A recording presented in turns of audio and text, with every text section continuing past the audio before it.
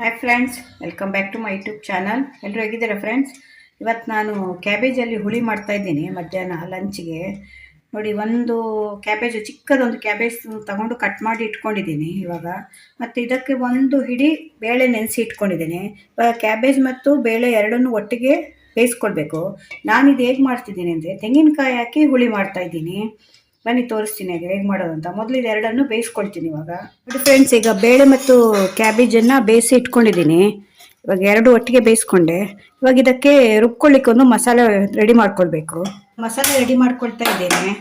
ಇದಕ್ಕೆ ಒಂದು ಸ್ಪೂನಷ್ಟು ಉದ್ದಿನಬೇಳೆ ಹಾಕ್ತಾ ಇದ್ದೇನೆ. ಮತ್ತೊಂದು 1/4 ಸ್ಪೂನಷ್ಟು ಮೆಂತ್ಯ ಹಾಕ್ತಾ ಇದ್ದೇನೆ. ಮತ್ತೊಂದು ಅರ್ಧ ಸ್ಪೂನಷ್ಟು ಜೀರಿಗೆ ಹಾಕ್ತಾ ಇದ್ದೇನೆ.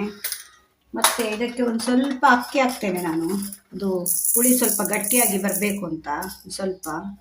ಮತ್ತೊಂದು 4ರಿಂದ 5 ಕೆಂಪು ಮೆಣಸಿನ್ಕಾಯಿ ಹಾಕ್ತೇನೆ. ನೀವು ಖಾರ ನೋಡ್ಕೊಂಡು ಹಾಕಿ, ಇದು ಸ್ವಲ್ಪ ಖಾರ ಇರುತ್ತೆ, ಅದರಿಂದ 4ರಿಂದ 5 ಹಾಕ್ತಾ ಇದ್ದೇನೆ. ಮತ್ತೊಂದು ಸ್ವಲ್ಪ ಕರಿಬೇವಿನ ಎಲೆ ಹಾಕ್ತಾ ಇದ್ದೀನಿ. ಇವಾಗೆಲ್ಲ ಇದಕ್ಕೊಂದು ಸ್ವಲ್ಪ ಎಣ್ಣೆ ಹಾಕ್ಕೊಂಡು ಫ್ರೈ ಮಾಡ್ಕೊಳ್ಬೇಕು. ಇದನ್ನು ಜಾಸ್ತಿ ಎಣ್ಣೆ ಹಾಕ್ಬೇಡಿ, ಫ್ರೈಗೆ ಎಷ್ಟು ಬೇಕೋ ಅಷ್ಟು ಇದನ್ನು ಫ್ರೈ ಮಾಡ್ಕೊಳ್ಬೇಕು. ಮಸಾಲೆ ರೆಡಿ ಆಗ್ತಾ ಇದೆ. ಅಷ್ಟರೊಳಗೆ ನಾವು ಮಿಕ್ಸಿ ಜಾರ್ ತಗೊಂಡು ಇದಕ್ಕೊಂದಿಷ್ಟು ತೆಂಗಿನಕಾಯಿ ತೊಗೊಳ್ಬೇಕು. ತೆಂಗಿನಕಾಯಿ ಜಾಸ್ತಿ ಏನು ಬೇಡ, ಒಂದು 1/4 ತೆಂಗಿನಕಾಯಿ ಸಾಕು. ನಾನು ಏನು ಮಾಡ್ತೇನೆ ಅಂದರೆ ತೆಂಗಿನಕಾಯಿ ತುರಿದು ಫ್ರಿಜ್ಜಲ್ಲಿ ಇಟ್ಕೊಳ್ತೇನೆ, ಡೀಪ್ ಫ್ರೀಸರಲ್ಲಿ. ನಾನು ಡಿಮಾರ್ಟಿಂದ ತರುವಾಗ ಒಂದು 8-10 ತೆಂಗಿನಕಾಯಿ ತರ್ತೇನೆ. ಆದರೆ ಅದು ನೀವು ಅಂದ್ಕೊಳ್ಬೋದು ಅದು ಡ್ರೈ ಆಗಿ ಹೋಗುತ್ತೆ ನೀರೆಲ್ಲ ಅಂತ. ಅದು ಡ್ರೈ ಆಗದಿರೋ ಹಾಗೆ ನಾನು ನಿಮ್ಗೊಂದು ಟಿಪ್ಸ್ ಹೇಳ್ತೇನೆ. ಒಂದು ಪೇಪರ್ ಬ್ಯಾಗಲ್ಲಿ ಹಾಕಿ ನೀವು ಅದನ್ನು ಸಿಂಕ್ ಕೆಳಗೆ ಅಥವಾ ಬಾಲ್ಕನಿಯಲ್ಲಿ ಎಲ್ಲಾದರೂ ಇಡಿ ಅದನ್ನು. ಆಮೇಲೆ ಅದ್ರ ಮೇಲೆ ದಿನ ಸ್ವಲ್ಪ ನೀರು ಹಾಕ್ತಾ ಇರಿ. ಹಾಗೆ ಮಾಡಿದರೆ ನೀವು ತೆಂಗಿನಕಾಯಿ ಒದ್ದೇ ಇರಬೇಕು ದಿವಸ. ಹಾಗೆ ಮಾಡಿದರೆ ನೀವು ತೆಂಗಿನಕಾಯಿ 2 ತಿಂಗಳಾದರೂ ಏನೂ ಆಗಲ್ಲ. ನಾನು ಅಕ್ಟೋಬರಲ್ಲಿ ತೆಂಗಿನಕಾಯಿ ತಂದಿದ್ದು, ಇವಾಗವರೆಗೂ ಇದೆ, ಇನ್ನೂ 2-3 ಇದೆ, ಏನೂ ಆಗಿಲ್ಲ. ನೀರು ಹಾಗೇ ಇರುತ್ತೆ ಅದರಲ್ಲಿ. ದಿನ ಸ್ವಲ್ಪ ಅದ್ರ ಮೇಲೆ ನೀರು ಹಾಕ್ತಾನೆ ಇರಬೇಕು. ನೋಡಿ, ಇಷ್ಟು ತೆಂಗಿನಕಾಯಿ ತೊಗೊಂಡಿದ್ದೇನೆ. ಇದನ್ನು ಇವಾಗ ಮಿಕ್ಸಿ ಜಾರ್ಗೆ ಹಾಕ್ತೇನೆ. ಮತ್ತು ಸ್ವಲ್ಪ ಇಷ್ಟು ಹುಳಿ ತಗೊಳ್ಬೇಕು. ಹುಳಿ ರಸಾಯನ ತೆಗಿಬೇಕು ಅಂತಿಲ್ಲ, ಹೇಗಾದರೂ ಮಿಕ್ಸಿ ಜಾರಲ್ಲಿ ಹಾಕ್ತೇವಲ್ಲ ನಾವು, ಇದಕ್ಕೆ ಇದರೊಳಗೆ ಹಾಕ್ಕೊಡ ಒಟ್ಟಿಗೆ. ಮತ್ತು ಸ್ವಲ್ಪ ಬೆಲ್ಲ ಇಷ್ಟು ತಗೊಂಡಿದ್ದೇನೆ. ಮತ್ತೀಗ ಇದು ಮಸಾಲೆ ಕೂಡ ಹುರಿದು ಅದಕ್ಕೆ ಹಾಕಬೇಕು. ಈಗ ಮಸಾಲೆ ಇನ್ನೂ ರೆಡಿ ಆಗಿಲ್ಲ, ರೆಡಿ ಆಗ್ತಾ ಇದೆ. ನೋಡಿ, ಈಗ ಮಸಾಲೆ ರೆಡಿ ಆಗ್ತಾ ಇದೆ. ಇದು ರೆಡಿ ಆಯಿತು. ಇವಾಗ ಇದನ್ನು ಆಫ್ ಮಾಡಿ ತೆಂಗಿನಕಾಯಿ ಇಟ್ಕೊಂಡಿದ್ದೀನಲ್ಲ ಇದರೊಟ್ಟಿಗೆ ಹಾಕಿ ಈಗ ರುಬ್ಕೊಳ್ಬೇಕು. ನೋಡಿ, ಈಗ ಕುದಿ ಬರ್ತಾ ಇದೆ. ಇದು ನೋಡಿ ಕುದೀತಾ ಇದೆ. ಇವಾಗ ಇದಕ್ಕೆ ನಾವು ಮಸಾಲೆ ರುಬ್ಕೊಂಡಿದ್ದೇವಲ್ಲ, ತೆಂಗಿನಕಾಯಿ ಮತ್ತು ಮಸಾಲೆ ಹಾಕಿ ಇದನ್ನು ಮಿಕ್ಸ್ ಮಾಡಿ. ಇವಾಗ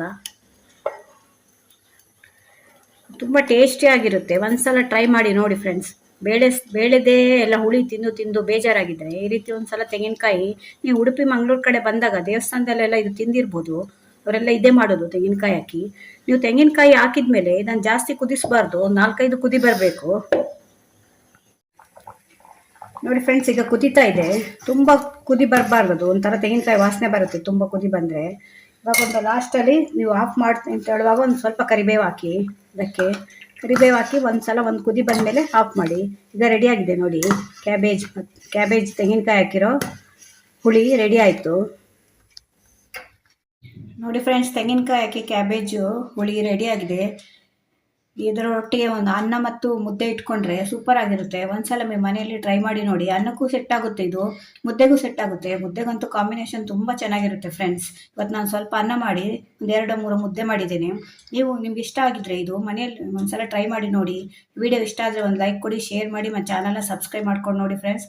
ಮತ್ತೆ ಈ ರೀತಿ ಹೊಸ ವಿಡಿಯೋ ತೊಗೊಂಡು ಮತ್ತೆ ಬರ್ತೀನಿ. Bye friends.